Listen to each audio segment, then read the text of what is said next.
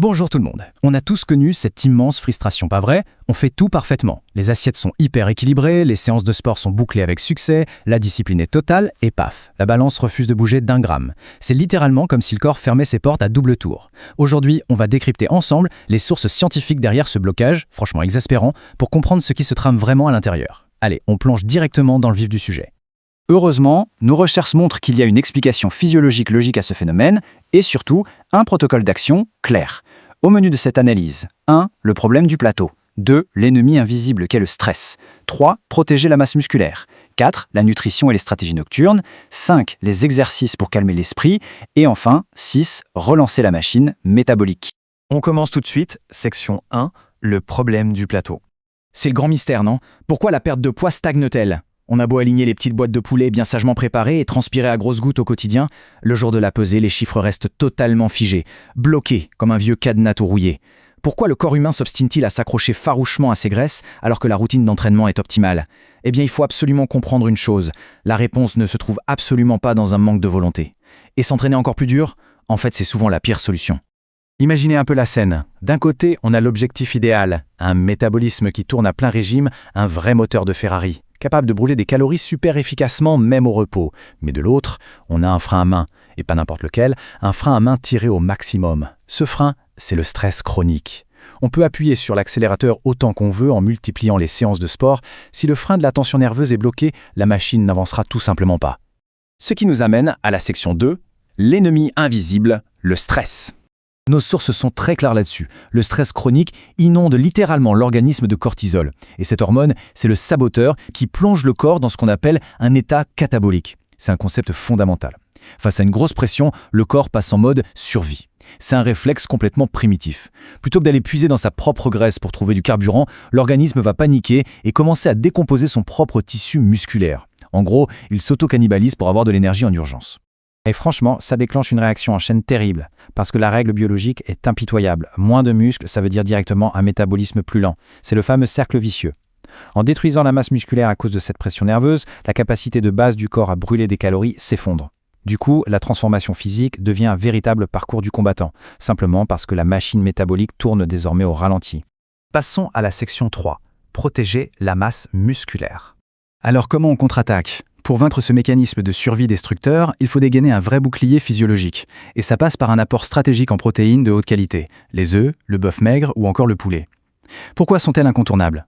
Eh bien, en période de haute tension, le corps a un besoin désespéré de carburant pour fonctionner et produire ses hormones. Ces protéines apportent les acides aminés essentiels qui viennent réparer les tissus. Elles interdisent fermement à l'organisme de dévorer ses propres muscles. C'est votre ligne de défense. Il y a d'autres alliés alimentaires exceptionnels pour calmer le système nerveux, le quinoa par exemple. C'est une mine d'or pour le magnésium, fondamentale pour les fonctions nerveuses et musculaires. Ensuite, on a les épinards. Gorgés de glutamine, ils soutiennent le système nerveux tout en aidant à construire une masse sèche. C'est gagnant-gagnant. Et bien sûr, on n'oublie pas les glucides lents, comme l'avoine ou le riz brun. Ils fournissent une énergie super constante, ce qui évite au corps de paniquer et de s'attaquer aux muscles pour trouver de l'énergie. On avance avec la section 4, nutrition et stratégie nocturne. Parce que oui, la bataille contre ce satané plateau ne s'arrête pas quand on ferme les yeux. Nos sources montrent que les tensions non résolues viennent perturber violemment le métabolisme en plein sommeil. Le jour, l'organisme gère très bien les protéines à digestion classique, comme le poulet. Mais pour la nuit, il faut changer de stratégie. Le corps a besoin de protéines à digestion lente, les fameuses protéines nocturnes, comme la caséine qu'on trouve dans le fromage cottage ou le yaourt grec. Le grand avantage, consommées le soir, elles diffusent un niveau élevé d'acides aminés en continu tout au long de la nuit. Elles soutiennent activement la synthèse protéique et bloquent toute dégradation musculaire pendant le sommeil. Allez, section 5, exercice pour calmer l'esprit. Bon, c'est bien beau l'alimentation, mais si la source du stress est toujours là, ça ne suffira pas. Il faut totalement repenser notre fonction du mouvement.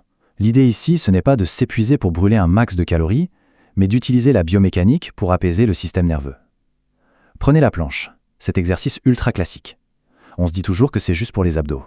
Eh bien, son rôle va bien au-delà. On étire activement les muscles qui emmagasinent la tension physique de la journée. Cet étirement a une influence mécanique directe sur le système nerveux, ça calme le cerveau et ça aide carrément à traiter certains symptômes d'anxiété.